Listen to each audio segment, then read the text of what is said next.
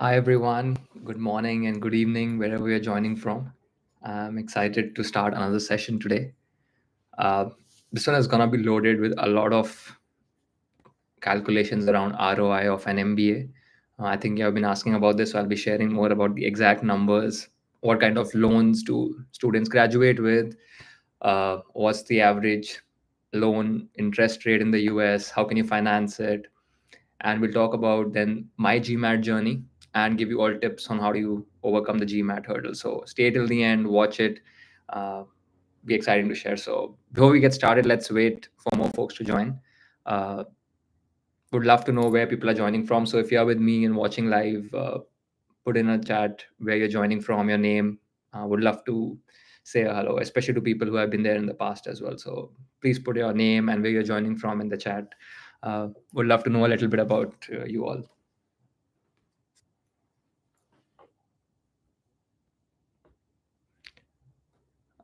Hi, Bhavya, joining from Saharanpur. Nice to have you. Hi, Jill, you're joining from Taipei. Nice to have you again. I remember you were there in the last session. Hi, Suresh, from Coimbatore. Hi, Arya. Good to have you. Hi, Sagnik. Hi, Mahim. You're joining in from Noida. That's nice. Nice to have you. We'll wait for maybe a couple of minutes so that the remaining folks join in. And hey, hi again, Sakshi, joining from New Delhi. Nice to have you.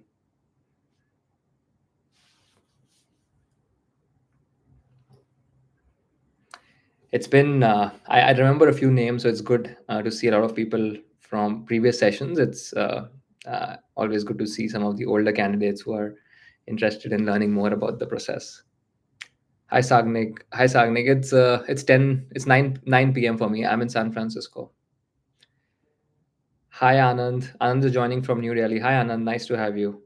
Hi Divjot from New Delhi.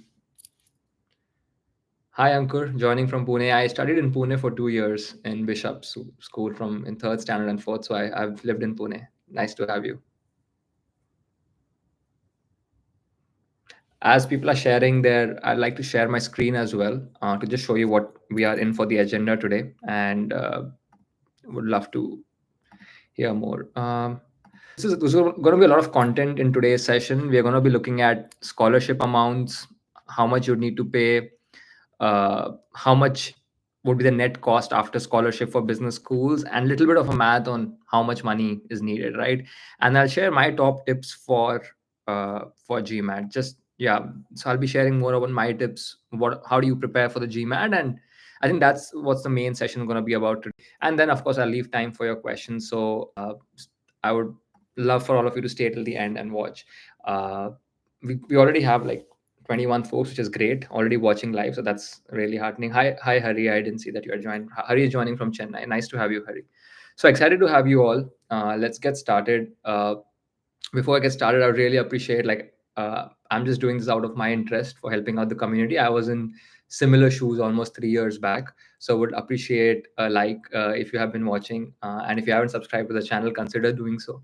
It really helps me and encourages me and tells me that there is somebody who's actually liking this content. So would really appreciate a like on this video if you can. It helps the algorithm, it helps me reach more people. So thanks a lot. I'm going to start sharing my screen, and we're going to be like starting with the first question, right? I think in the community, a lot of which of you are part of, there was a discussion on like how much does like there's an MBA myth that around like the loan. So that's something we're going to be covering.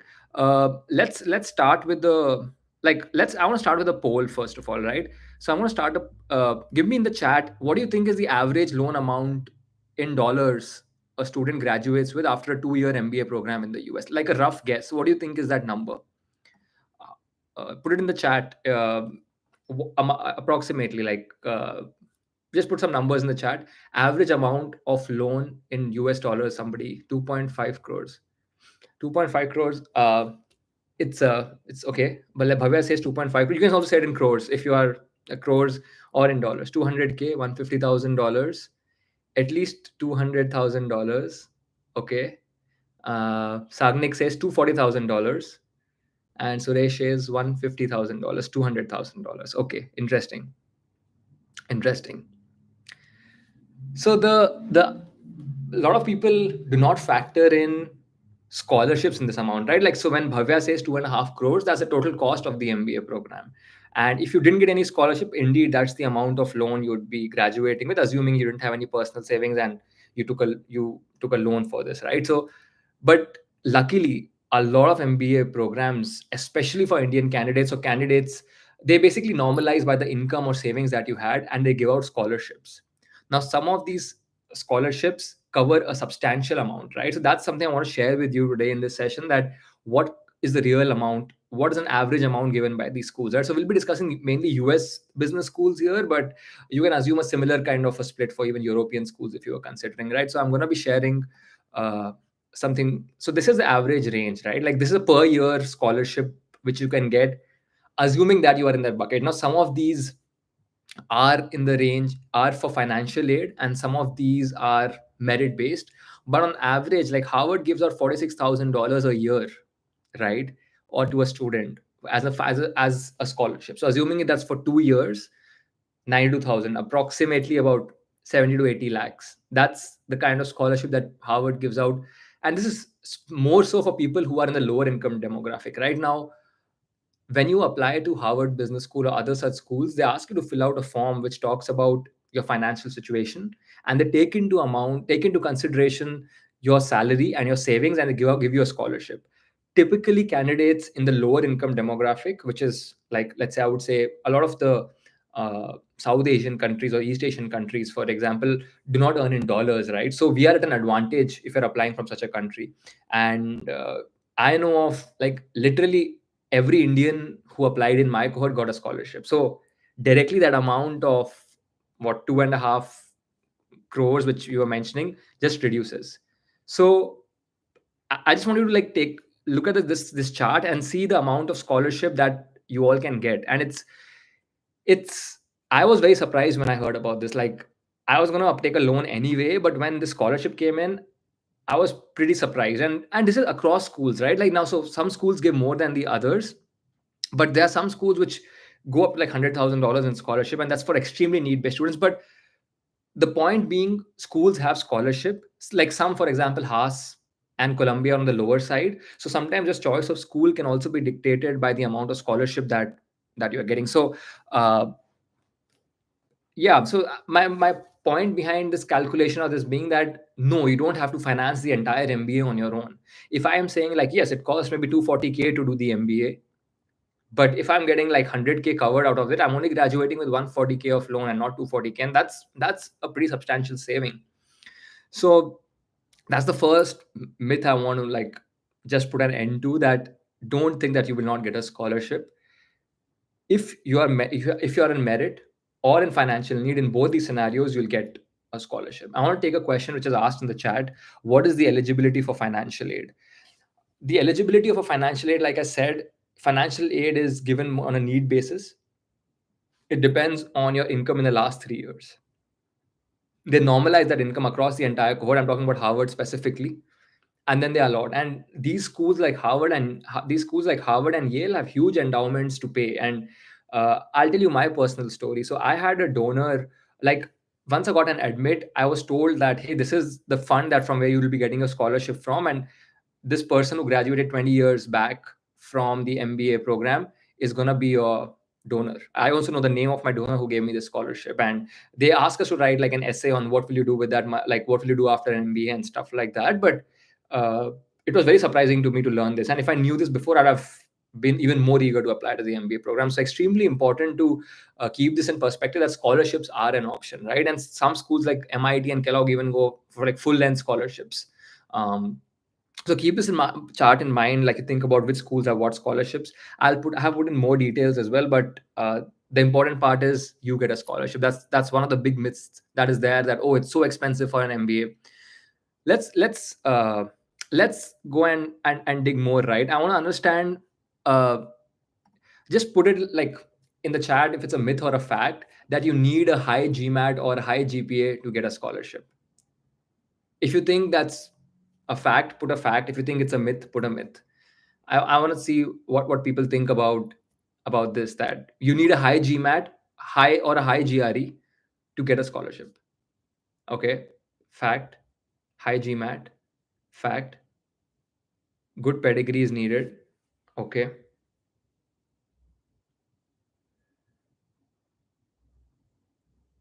Fact. Karan says myth. So I think more people are leaning towards it being a fact. Sirat says, yeah, it is helpful. So the answer to this is like a high GMAT definitely boosts your chance of getting a scholarship. That is true. But this is only true when they are merit based scholarships. Harvard does not look at GMAT while giving out scholarships. It's a financial aid. In that scenario, your GMAT doesn't matter. So somebody with a low GMAT but in more need of a scholarship, which is basically determined by the last 3 years of income, is going to get a higher financial aid than somebody with a top GMAT. GMAT doesn't matter for some schools like Harvard, which give out financial aid. For schools like Stanford and others, which do prioritize people with high GMAT, yes, that's correct. So the answer to that is it depends on which school you're applying for, but there are schools which don't look at GMAT. So you should look at some of these schools. Harvard does not look at your GMAT while giving out financial aid. So that's an important thing to consider. Let's go on to the next myth, right? I want to keep it very time efficient. So let's move on. I'll take questions at the end if you have, but this is a quick name of the scholarship that's typically given. If you want to research it, I'll be sharing it with everybody who's in part of the community as part of the session notes, so you can have a look. But this basically gives like the amount you'd have to like fund on your own if per year if you were going for these schools, right? So it's 50,000 a year, about $100,000 for Harvard, and so on. But we can look into these numbers later. But I just collated these, if it will be helpful for others to have a look at it.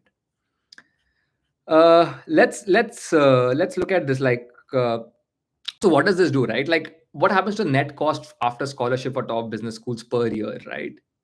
It drastically reduces, right? If you look at Harvard, we started with that number of what, like 220, 230K, right? The after the cost, you are covering, let's say, like 130 in scholarship. You're only left with 120 more in 2 years. So about 50 to 60K is left per year. So if you're trying to optimize for like cost, here is something that you could look into as a table to see like how much would you end up paying, right? Like this is a rough estimation of what's if you get a scholarship, and assuming that here candidates are more from a pool where they would be likely to get a scholarship. This is how your situation would look like, right? So just something to keep in mind on how much money you'll be needing, right? And let me ask you one more question. What's the interest rate? Put it in the chat. Okay, what do you think is the interest rate of getting a loan? Let's say that you take, let's say Harvard costs 250K, you get a scholarship of 100K, and you have to take like 150K to pay. What's the typical interest rate at which you'd get a loan? 10%, 14%. Satvik says 14%. Sirat says 4 to 5% cosigner. Ishan says 11%. Hari says, I have less than. Oh, that's very interesting, Hari. I would love to hear more about that. 3 to 5%. Mahim says 6 to 7%. 9 to 12%. So it depends on where you take the loan from, right? Like, obviously. It depends on which country you take the loan from. So typically, like, I think in India, the loans for education, if you go from a bank, typically are about like 9 to 10% range, what people were saying. But in the US, of course, there's in the US also there are private and public lending options. But the best scenario, let's say if you get into a school like Harvard or a top business school, we have here called Harvard Credit Fund, Harvard Credit Union, which give out interests in the range of 4 to 5% for students, like 4 to 5%. And if you have that's right, Sakshi. I think somebody else, even Sirat mentioned, if you have a cosigner that reduces by another 0.5% or so, so you'd be able to get a loan at 4.5% in dollar and denominated in dollars, right? Now, historically, the Indian rupee has been depreciating against the dollar 5% every year. So if you can, I would highly recommend getting a loan in dollars and not in rupees. It gives you an advantage to pay it back in dollars. It'll and yes, can foreigners? Okay, I'm going to take a question quickly here. Can foreigners get a loan in the US? Jill, foreigners. It depends on how you define a foreigners. In my class, it was a mix. So I can talk about the Indians in my batch who had some of them had to take a loan denominated in Indian rupees, but some of them got a loan from credit union. I think it specifically depends on it depends on a lot of factors. I'll probably put the answer in the community chat later, whether this thing is possible or not. I I was working in Europe, so I'm an Indian national. I was working in Europe, and I got a loan in denominated in dollars. So this was like, and it was an interest rate of 4 to 5%. Now a loan at 4 to 5% really changes the game.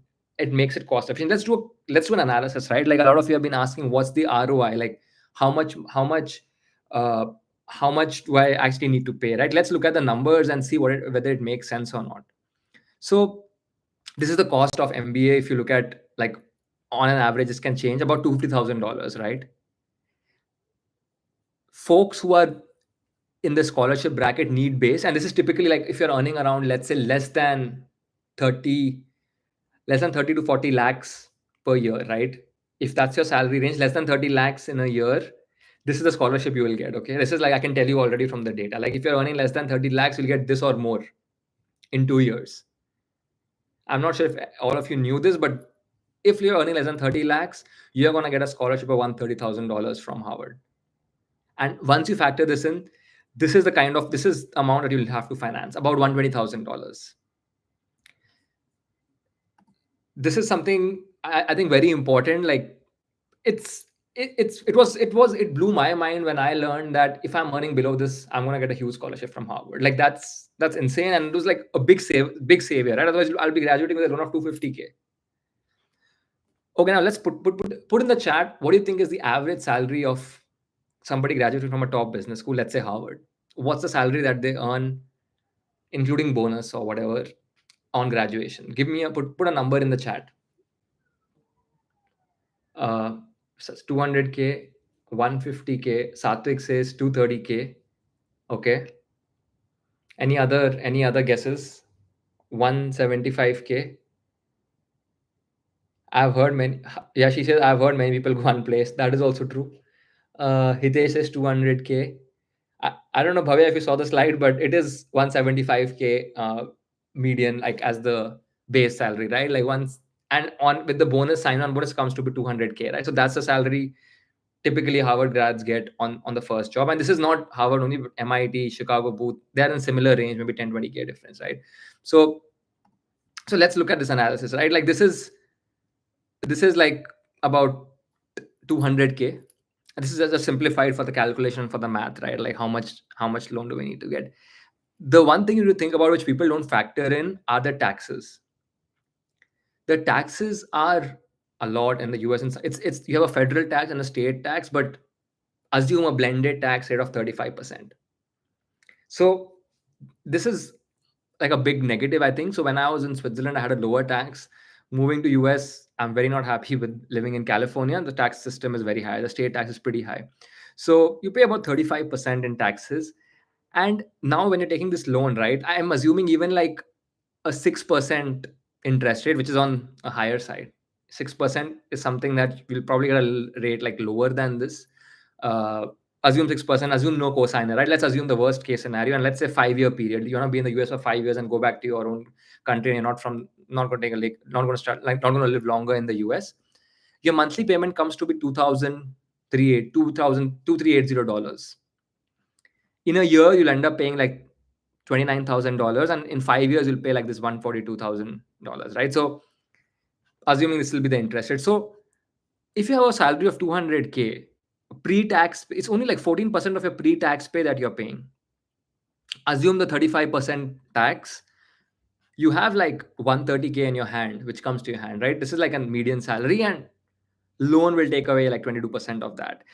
Now, if you are getting $10,000 a month and 2,400 is going to service a loan, assume another like 4,000 for staying, like for your rent, you'll be left with 4,000, right? So $4,000 a month, and that you have like your groceries and everything take out, and like travel take out another 1,000. So you're left with roughly about $3,000 a month, which is a saving of about 2 to 3 lakhs a month you'll save. In a year, you'll save about 36 lakhs, right? Or 3,000, like $36,000. Now, is that a big amount? Yeah, it's not the biggest amount. it's kind of like you won't be living, let's say, a very lavish or a luxurious life, right? Like with the $3,000 a month saving. But this is only for 5 years. Like, I think it's a trade-off worth making here, right? Like, you are graduating from a top business school, living on a salary of $3,000 in a month. I think it's a trade-off you should decide. Like, hey, are you okay living at a salary of a savings of $3,000 a month? That's on you. But I personally feel that it's for 5 years, it's pretty okay, right? Like, I see somebody's in the chat saying 5 years is fine, I can take it. I think I also agree with that. Like, it's a small sacrifice in a bigger scheme of things of a career of 50 years, I would say. Like, like living in 3,000, and it's not that I'm still factoring like 4,000 is living in a city and everything. It's exactly, Jill, it's a long-term investment. So all in all, given these analysis, like at 6% HPS, it was very manageable, like on a 200K package, right? On average median 200K package, leaving like you'll be pretty happy coming to the US and earning. Right now, of course, this is a simplified analysis, and I've just done this analysis to show everyone how much it actually costs for an MBA and how do you finance it and stuff. But there are, of course, political uncertainties, right? Like, we are living in an environment where a lot of things are happening and people are not getting jobs. Somebody asked, what's the probability of getting a job? Let me also answer that. Like, we have like 30% of the batch of HPS was unplaced 3 months after graduation. 30% didn't get jobs, like even after like 3 months after graduation. And that's the harsh reality of what's like in the US. But that's more a function of the macro environment, and that's something to be factored in as well. But my philosophy or understanding is, can you do something about this? Is that something in our own hands? No, right? Like, I don't think we can change what's the political environment. So I wouldn't worry about it. Like, I think of it as a long-term game, as like a career you're trying to build over a period of 50 years. There are going to be like political turbulences and financial crisis and whatnot. So you need to think about them, yes, but do you have to worry about them and, oh, what do I do? I don't think so, right? I don't believe in that mindset. Mahim is asking, what's the batch size? So we have a batch size of 900 students typically in Harvard. Okay, Bhavya is asking an interesting question. I've heard that if we don't get a job in 3 months after graduation, then we have to return our home country. Is it true? Let's make it a poll. How many of you think this is actually like, is it a myth or is it a fact? Just put it in the chat that if you don't get a job within 3 months after graduation, then you have to return to your home country. Myth or a fact? I'm just opening it up to see. Okay, somebody says it's a fact. Any other opinions? If you don't get a job within 90 days, you have to leave the country when you come for your MBA. Depending on the visa type. So Jill, you can assume it's a student visa. So let's assume you are not a US native. You are a foreigner coming to study in the US. Let's make it that. We have a couple of people saying fact. Okay.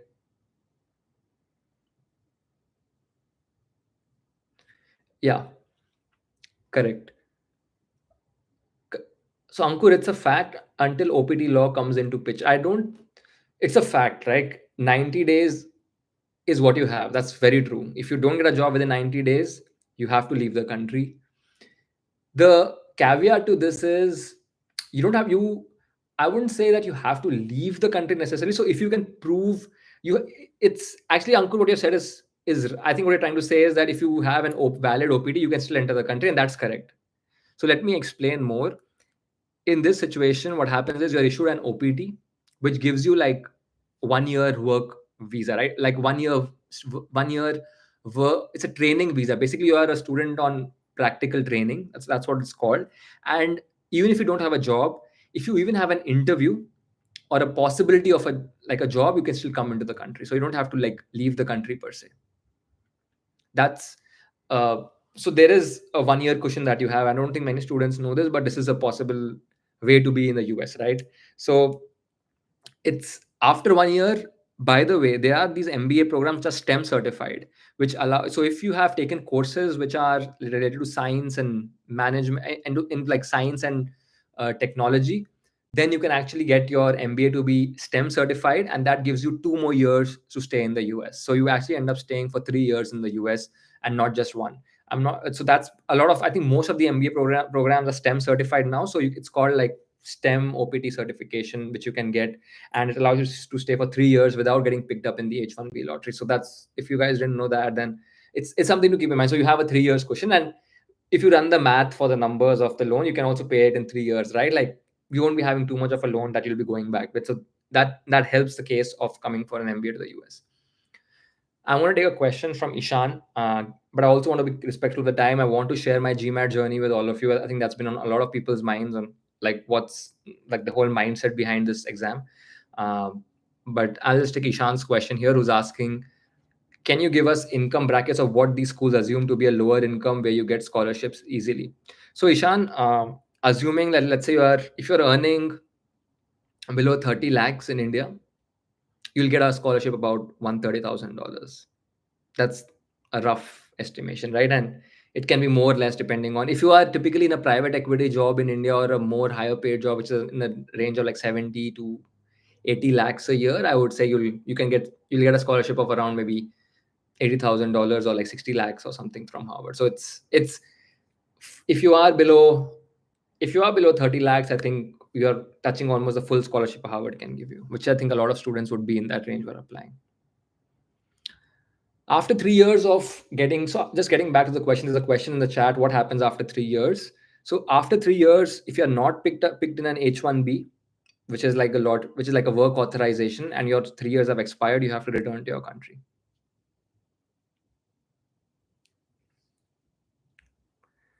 Ishan is asking, it's not the case that everyone gets scholarship, right? Yes, that is true, Ishan. Everybody does not get the scholarship, but if you are in the income bracket, which is, I assume a lot of people in this chat are, I know that we have people, few who are not from India, but a lot of people who are from India and earning in rupees are in a threshold of probably earning below, at least you're earning below 1 crore in India, right? At this point, you will get a scholarship 100% if you're earning below 1 crore. And if you're earning below 30 lakhs, you'll be getting almost a full scholarship for Harvard. So I think that, yeah, Priyam is asking, does this 30 lakh per annum criteria change if you're working somewhere outside India? Yeah, it changes. So it depends on how much you're earning in that country. But typically, you'll be compared with candidates in the US who are earning in dollars. So I think the fact they look at basically how much you have earned in the last 3 years, and they compare to that somebody who's earned in dollars. And since this program is to be paid in dollars, you are at an advantage. If you're in any other country, if you're in US, yes, you may not have that much of an advantage as somebody who's working in India. So it's more advantageous to work in countries where whose currencies are weaker compared to the dollar. It helps. Okay, I'm going to move on now. I'll take some questions later. So Jatin, please hold on. I'll definitely take your question. Uh, yeah, I have. Okay, I'll take one question from Jill, which is related to what we're talking about.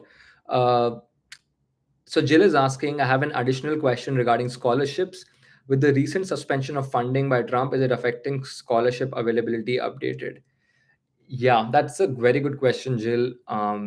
In fact, so one of my very close professors was visiting San Francisco, and I happened to meet him, and he told me about this, that with the fund with Trump coming down on these on the schools, there has been a, what we say, like a fund crunch situation in a way where scholarships are going to be impacted, right? So there's no doubt about that.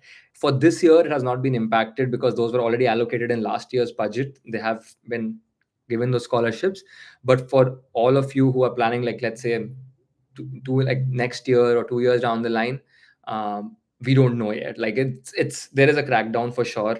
I'm not sure if you read the news on Columbia's endowment fund getting reduced, but it's a thing that has been on the minds of people, and it may be impacted. I would agree. I would say that's something to be concerned about. It could be impacted. We don't have an official update from Harvard on this yet, but definitely it will be impacted.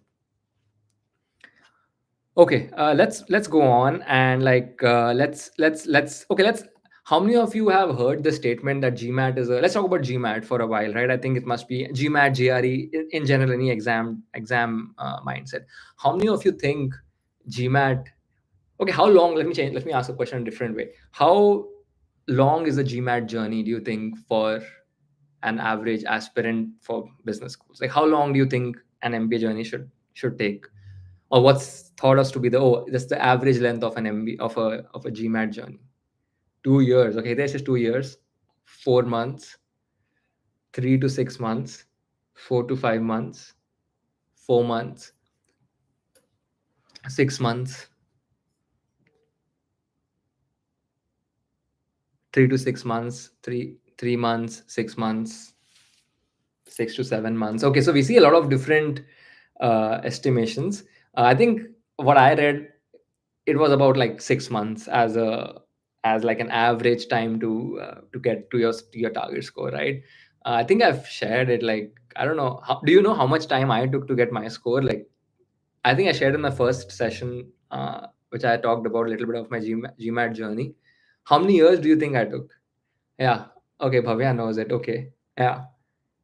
Yeah, I took 5 attempts. How? Yeah, it was roughly over a period of uh, I would say 4 to 5 years. Yeah. So the point, yeah. So everybody has their own GMAT journey. I would like, please don't judge me for taking so long to get to my score. I feel every candidate has their own journey, and for some it could be 4 months, for some it could be 4 years. So I really don't believe when people say it takes 4 months to get to your MBA. Like uh, I don't subscribe to that opinion that there should be a time limit where you want to get to your MBA, your GMAT score, right? So I'll share more about my GMAT journey now, and then we'll go into the Q&A session, right? I want to wrap it up in another 30 minutes, so to be mindful of the time. Uh, my MBA, my GMAT journey was very painful. Okay, to be honest, like I never thought I'd get the score that I got. Like I started off with my first score, which was on an unofficial mock. I started like I just took a test, cold test. It was 2016. Um, I took a test, just like it was, and I got a score. Can you guess what was my first score? It was okay. The range was out of 800. What do you think was my first score? Cold mock, just like no preparation. What do you think was my score? I started with that score basically. I want to see in the chat. What do you think would be? It's out of 800, and the lowest you can get is I think 360. So 600 plus. Ishan says 610. Jill says 600 plus. Bhavya says 550, 450, 510. So Bhavya, you're right. I had a 550, okay, on a cold mock when I started, which was like, I don't even know, maybe like a 50th percentile score, right? Uh, it was the first time, and I took like, it was just a mock. I didn't go to the test center. It was a test. It was a mock test that I took, and it was a 550. And I was like, okay, this exam is going to take some time. I started my journey with that. And then the first resource, I was basically lurking around the internet to see and find resources, and I started looking up how do you prepare for the GMAT, like very very similar, like maybe many of the people who are aspiring for a high GMAT score here. I started looking up the internet to see. I came across GMAT Club, and I made an account there. Uh, what I started doing was I read a blog by somebody saying that okay, go and take the official guide. I bought the official guide, and what I would do is I was like, okay, it takes on an average 6 months to get to the score. I have like these 4 sections. So in 1 month, I'm gonna complete n number of questions. I'm just gonna go through the guide and keep solving them. So I would just like time myself, and for every question, I'd be like, okay, I'm gonna finish 50 questions today. So I'm gonna start solving them right now. And the entire day I would just like time myself and I'm like, okay, I'm gonna get through this. I want to finish the big book of the official guide. Bad strategy that I followed, and it showed in my mock tests and other scores that my score was not improving. I was struggling with it, right? Like, and that's a wrong approach to the exam, to start with a time limit that hey, I'm going to finish this journey in like 6 months or 5 months. I'll share more about my journey maybe in a separate session, but I want to keep it time because and share tips with you guys. I think that'll be more beneficial for you on how I went about preparing it. So I want to share that on like what I learned in a very painful way after like 4 or 5 years of preparing. So I hope that you'll take away, right? So I'm going to share some of my things, right? Like I've compiled my top tips which I feel should be helpful. So let's go over them one by one, right? Uh, I think the number one thing which everybody should do here is start with a diagnostic test. Don't like just just try to take any test that you can. You don't have to take the official one as well. Like there are so many different resources to take a test. and many of them offer the first test for free. I think there was at least this company called Experts Global when I was testing. This is like, of course, 4 or 5 years back. I don't know if they're still there, but go to the internet, take any test, get an estimate of your score at least.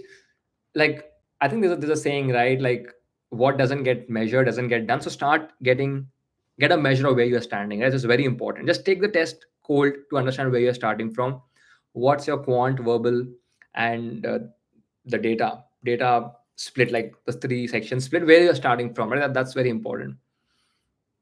Second tip I have is that don't pick the official guide and mindlessly start solving. This is what I was alluding to earlier, right? Like, what I was doing was just like looking at those questions and mindlessly solving them. If I would try a question for 3 minutes. If I don't get, I would look at the solution. Please don't do that. That's I don't know, like OG, like official guide questions are like gold mine. They're very, very, very good. And don't waste them by actually seeing the solution after 3 minutes of an attempt.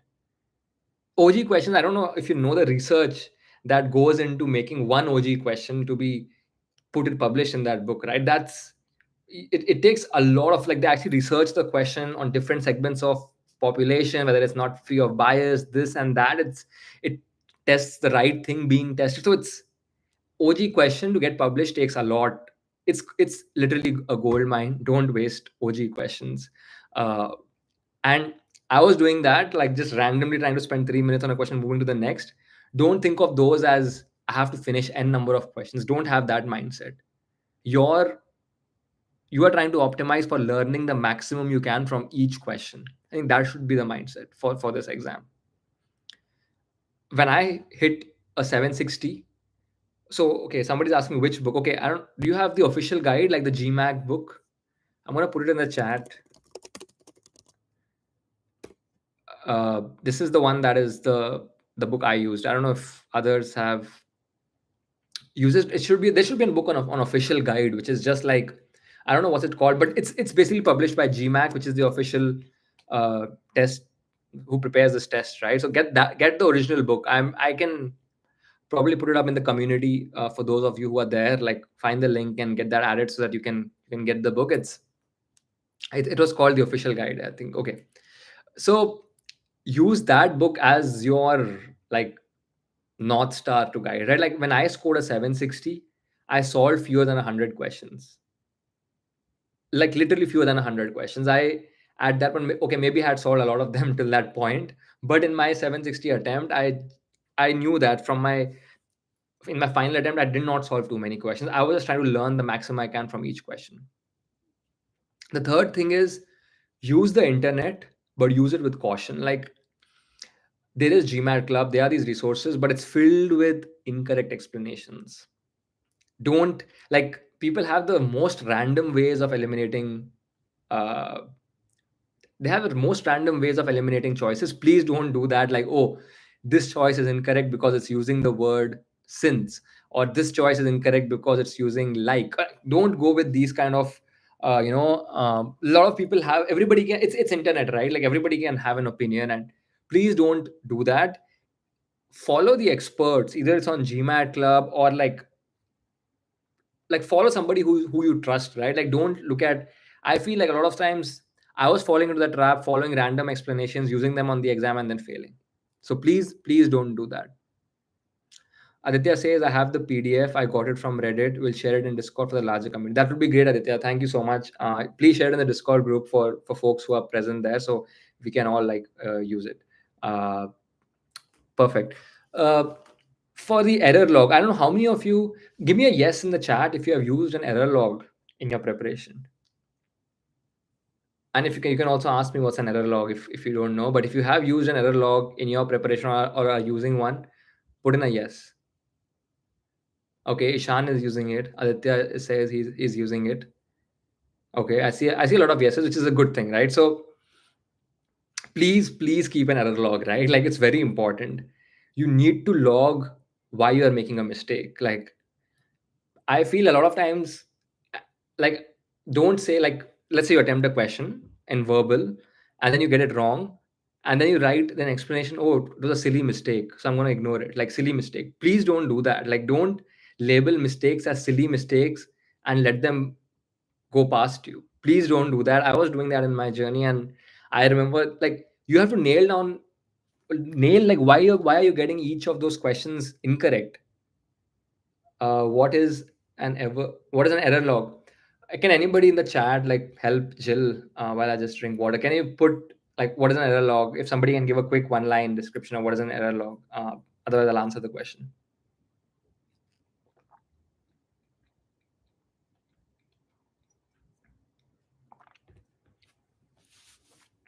So error log, in a very simple way, Jill, is just an Excel which has, like, each question. I would add, like, a timer, how much time I took to solve that question. Why was the option that I selected, like, was it correct or incorrect?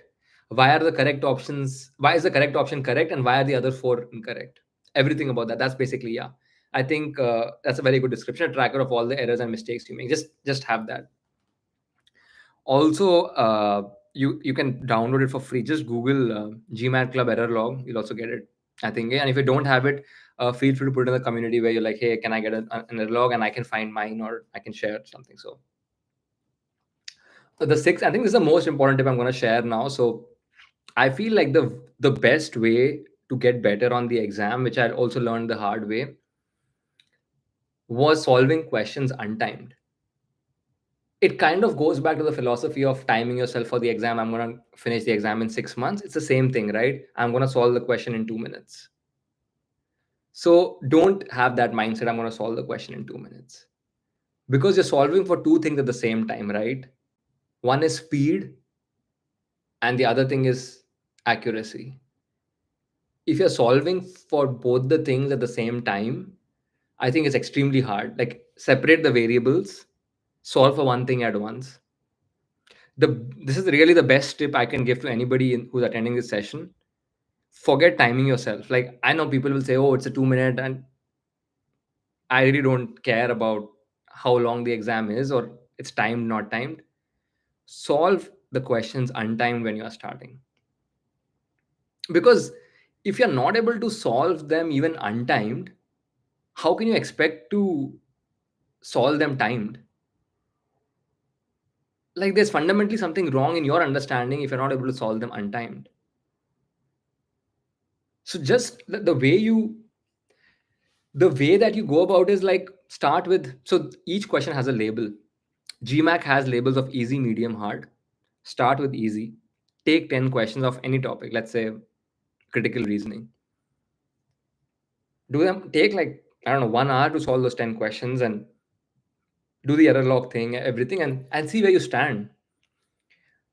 If you take the first 10 questions and you get, like, let's say, only 5 out of 10 correct, don't move on to medium questions.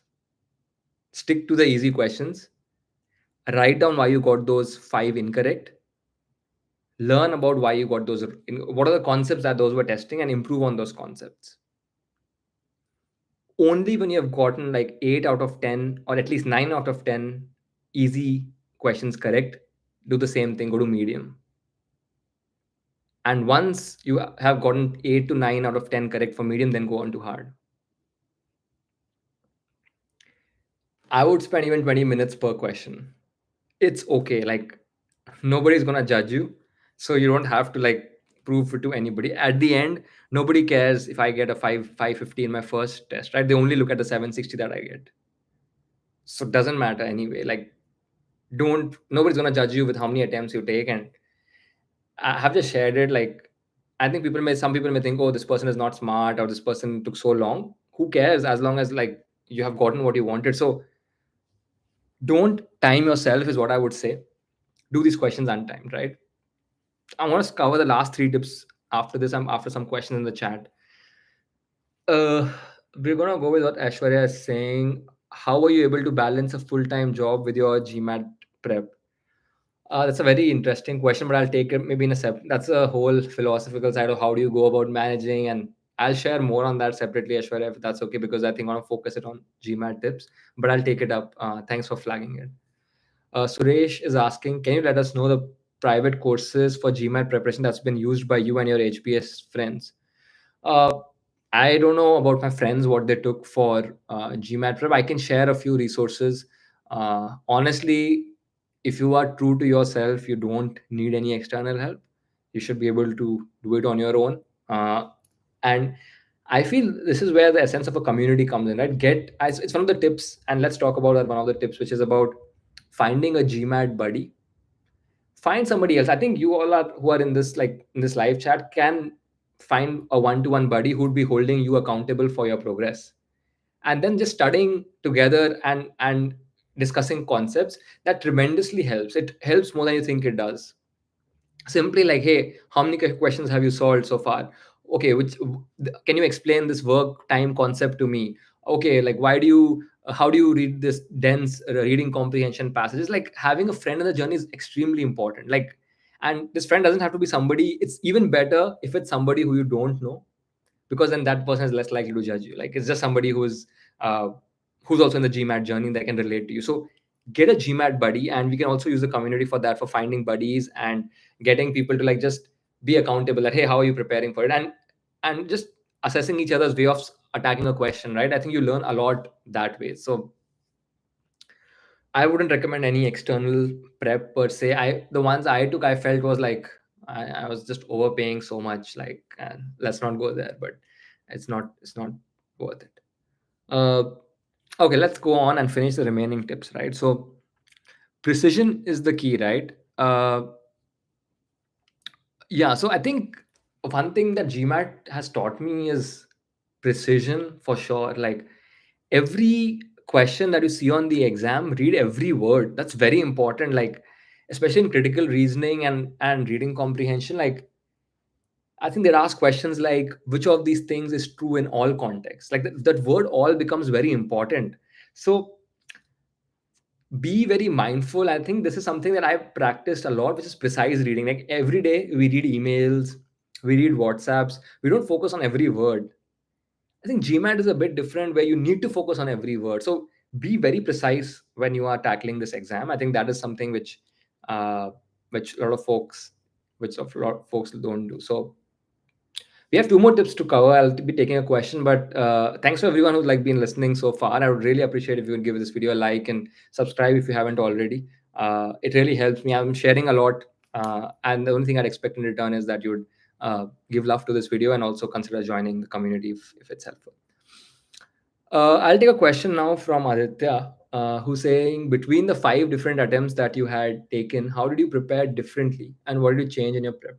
So this is a very I would be rejected after every failed attempt. Obviously, I still remember on my laptop I had a folder like GMAT 1, GMAT 2, GMAT 3. It was painful to create a new folder after every failed attempt, and sometimes I felt like maybe I should just switch to GRE, or I should just think this is not for me. Imagine if you have like taken like 4 attempts and not gotten your score, you'd be like, why am I doing this? So the way I thought about like what I changed my strategy was let's talk about my first strategy to a fourth strategy. The first initial strategy was I was just trying to chase what looked what worked for everyone, right? Which was like the standard: go to GMAT Club, see the reviews, and take that course. I used to think of that as like a golden pill. Taking that course will help me. Okay, I would like take every course possible out there, and then I'm good to go. Let me just finish. This is what the mindset which I had was: let me finish solving the official guide. In by the time my fourth attempt, I felt like I had to change my strategy, and as I started focusing on, I think just more innate learning coming from each question. I think I went there, and I kind of made myself comfortable with like I'll be okay if I don't get a high score in this exam. Like I call it like subordinating the GMAT, like just changing the mindset where I was like, this is not my life, and it's not going to determine what I'm gonna do in the future, right? I made myself comfortable with the fact I'll do great in my job, irrespective of the GMAT. Like I'll be okay living that life as well, and that's when I kind of like stopped like being scared by the exam. Like I'm like, this is not going to define what I'm going to be, right? Like I think people make GMAT like, hey, GMAT is my life, and if I get that GMAT one score, my life would be set, like, which is something which we all have heard growing up. It's not true. Like, I think that's, if you have that mindset, you're going to be always scared of the exam. I was like, this exam cannot determine like what my future is going to be.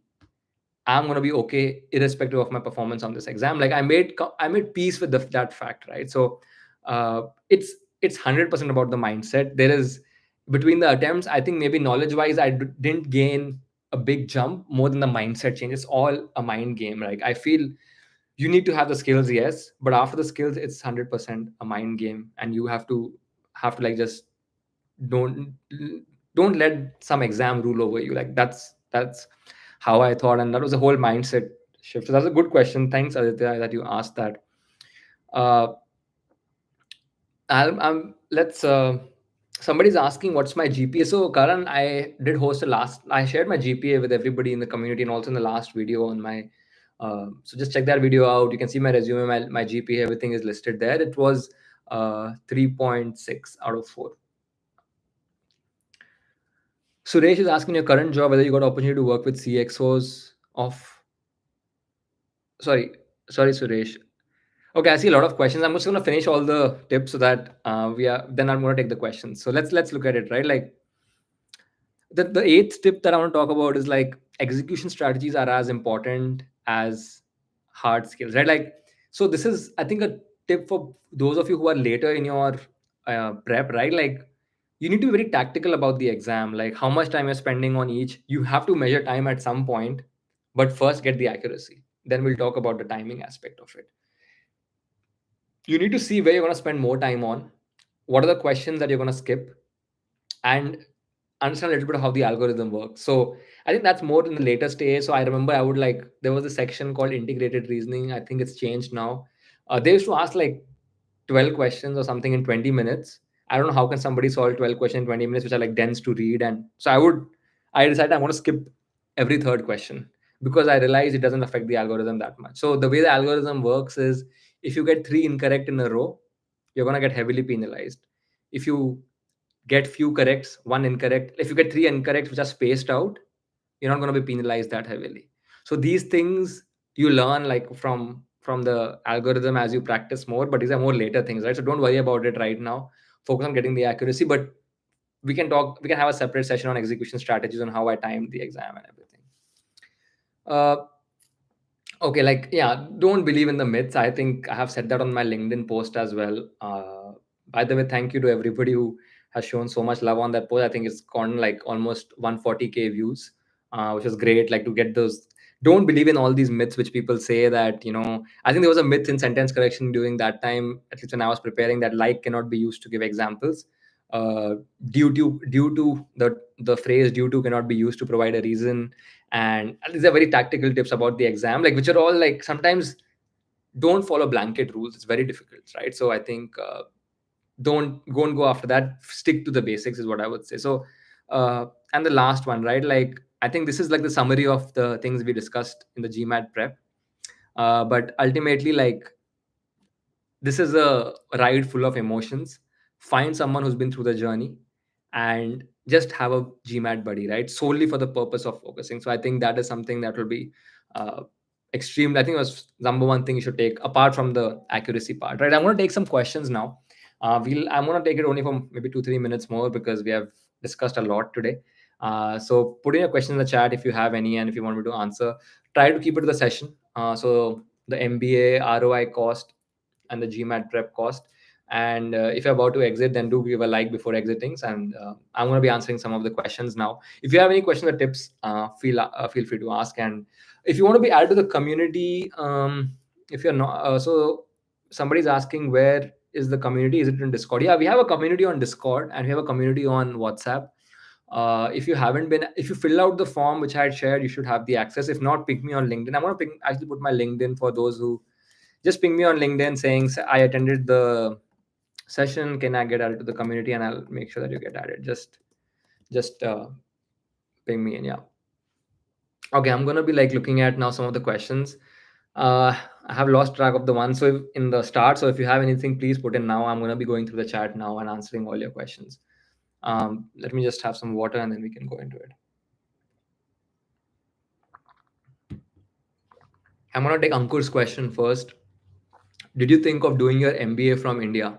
So Ankur, I got admits from IIM Ahmedabad and IIM Bangalore. I dropped out of IIM Ahmedabad. That's a story for another time. I'll share more about that. I did think about an MBA from India, but at that point I didn't think of joining because I just felt like I saw a better opportunity abroad, just from a learning perspective. And in that's a nutshell. But I can share more in a separate session if it will be interesting for you. Let me know if it is interesting. If you want me to share more, I can share it in a different session. Uh, okay, Ishan is asking GMAT versus GRE thoughts. I have written GMAT once and considering switching to GRE, but not sure. I have already studied bit for GMAT, so maybe it doesn't make sense to start GRE now. I think I've answered this, Ishan. So, like GMAT versus GRE, the school doesn't care. You can take either of the two exams, doesn't matter. If you have the switching cost, it really depends on, think about what skills are you good at, right? Like, that's the question I would ask myself if I was choosing between the two exams. I think GMAT tests GRE. If you have a good vocabulary, go for GRE. If you have a more like sense for uh, like sentence correction, I think go for GMAT. That's how I think about it. Those are like you couldn't switch from one exam to the other, especially if it's only been a year. Like, come on, I was in the journey for 4 years, so it's okay to switch. I mean, I wouldn't like hesitate to, if you can, you can switch if you want to switch. I would like do a simple test, right? Like take a mock test, take a mock GRE, see where you stand, and see whether you want to like compare that to your current baseline GMAT score and see which way you want to go. I think that will help you decide. Just see the percentiles. Dave is asking is if someone is from a tier two college, can they still get into some top MBA colleges abroad? Uh, yes, sure. I think I don't think there should be a restriction on the college that you're coming from, Dave. You can apply if you have a good story, good credentials, and you have done great stuff at work. Why not?